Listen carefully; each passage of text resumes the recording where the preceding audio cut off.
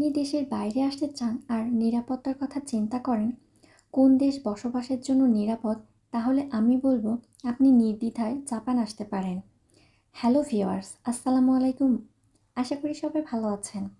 কেন আপনি জাপানে আসবেন তার কিছু কারণ আমি আপনাদেরকে বলবো।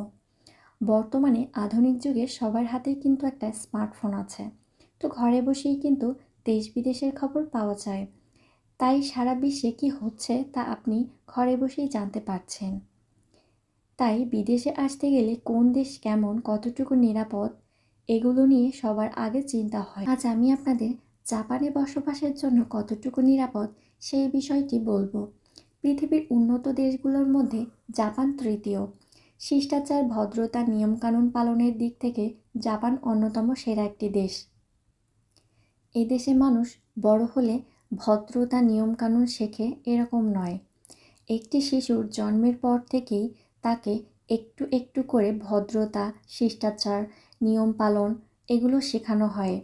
এই সব তাকে ছোটবেলা থেকেই শেখানো হয়। এগুলোর পাশাপাশি একটি শিশুকে নিজের কাজ নিজে করা এবং নিজের পরে আত্মনির্ভরশীল, অন্যকে সম্মান দেখানো, এই সব কিছু শেখানো হয়। আমাদের দেশে শিশুদের নিজের কাজ নিজে করা তো অনেক দূরের বিষয়।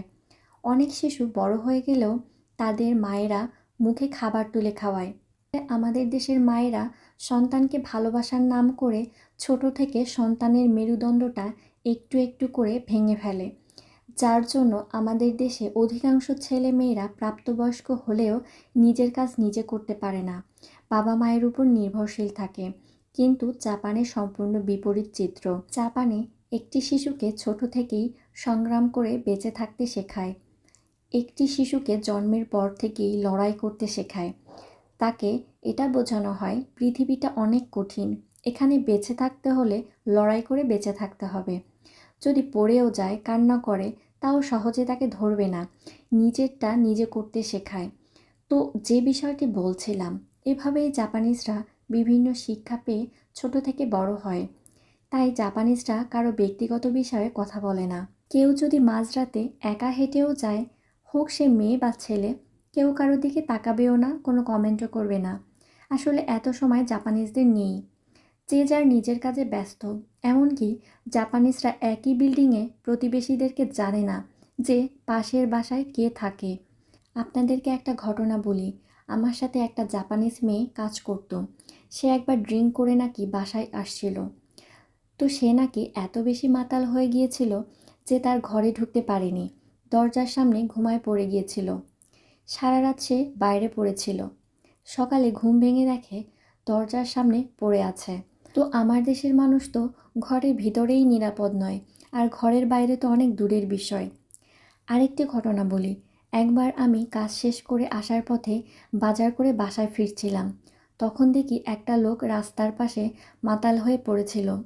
সম্ভবত কোনো লোক রাস্তায় দেখে হয়তো পুলিশকে কল করেছিল। যদিও বা আমি এত কিছু দেখিনি। আমি যখন যাচ্ছি তখন দেখলাম পুলিশ তার ঠিকানা, তার পরিচয় জেনে তাকে বাসায় পৌঁছে দেওয়ার জন্য নিয়ে চলে গিয়েছিল। আর আমাদের দেশ হলে কি হতো? আগে দেখতো পকেটে কিছু আছে কি না, দামি কোনো জিনিস আছে কি না, এইসব চুরি করে নিয়ে ফেলে রেখে চলে যেত। তো এই হচ্ছে আমাদের দেশের চিত্র। আর জাপানে আপনি মাঝরাতে যদি একা হেঁটেও যান, আপনাকে কেউ কিছু বলবে না, কেউ ফিরেও তাকাবে না। কিন্তু আপনি যদি কোনো বিপদে পড়েন তাহলে অবশ্যই আপনাকে সাহায্য করবে। তাই আমি বলবো নিরাপদে বসবাসের জন্য জাপান অবশ্যই একটা ভালো দেশ। আপনি যে কোনো বিপদে পড়লে সাথে সাথে সমস্যার সমাধান করতে পারবেন। তো আজ এখানে বিদায় নিচ্ছি। আর কোনো বিষয় জানার থাকলে কমেন্ট করুন। আর যারা এখনও চ্যানেলটি সাবস্ক্রাইব করেননি, ঝটপট করে ফেলুন। তাহলে আপনি যে বিষয় জানতে চান সেই ভিডিওটি আপলোড করলেই আপনি সবার আগে পেয়ে যাবেন। সবাই ভালো থাকবেন এবং সুস্থ থাকবেন। আল্লাহ হাফেজ।